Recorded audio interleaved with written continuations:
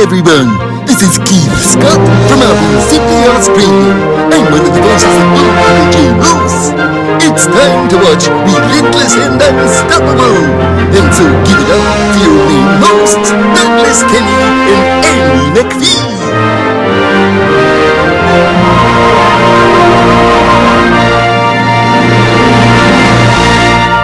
Yeah, when my parents divorced, I had similar experiences because as part of the transition, there was some hard feelings between them.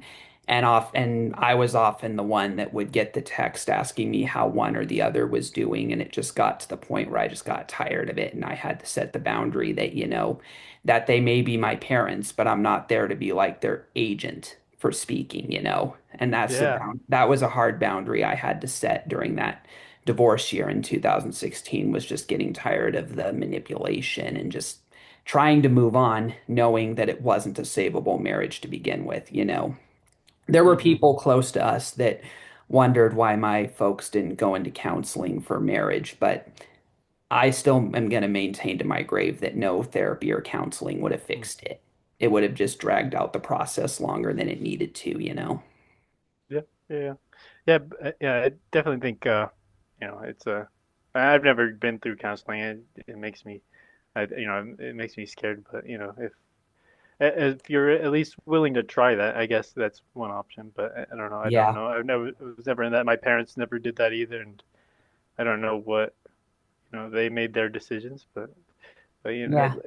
I would like to think that if I was in the position that I would like to go through counseling, but like even being in that space, I think is a different being a different thought than maybe our parents were in, and yeah, we can't be in their minds completely, but Yeah. yeah, I mean, I'm not going to know everything about what they went yeah, through, but it is what it hmm is. And life yeah, has proven to be way better since then.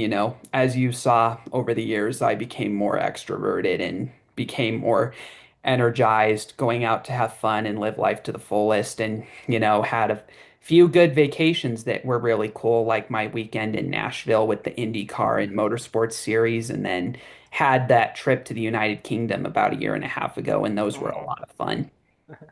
Did you understand the language there? Yeah, I understood Gaelic English when they Oh, okay. translated it.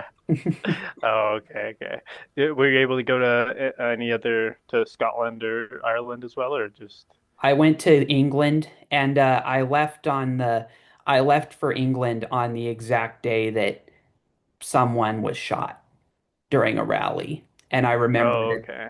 And I remember that the news broke out about it briefly while we were on the plane, although I was focused on sleep. And then when we heard the news, we just carried on our merry ways and enjoyed the trip. And then we landed in London and spent about 48 hours there and toured London. I got to see Big Ben and hear it chime. I saw Buckingham Palace. I saw the the courthouses where Amber Heard and Johnny Depp faced off in England, and it was like I remember talking with the taxi driver about it and being like, "Yeah, that relationship, how did it last that long?" You know, Yeah, knowing how yeah. it played out, and then the next day we went to London airport and I had breakfast at Chef Gordon Ramsay's restaurant and I he briefly came to the restaurant although he did not make a appearance with anyone but he briefly came into the restaurant just to see how it was doing surrounded by people and then while we were eating I overheard some screaming and yelling of profanities Oh, and oh, I that's knew right funny. away it was Chef Ramsay being Chef Ramsay Hell's Kitchen. Then the next day we flew into Scotland through Edinburgh and spent most of it in Dundee. Oh, okay. Oh, that sounds like a cool time. The only places I've been to Mexico and this 2 summers ago I went to the Dominican Republic. That was pretty cool to see a different country that speaks Spanish still, and for the most part, there's some people from Haiti there that spoke French, and but Yeah. yeah, it'd be cool to go to England as well, and other places in Europe, and but yeah, Yeah. You know what one of my funniest moments in the United Kingdom was? what was it?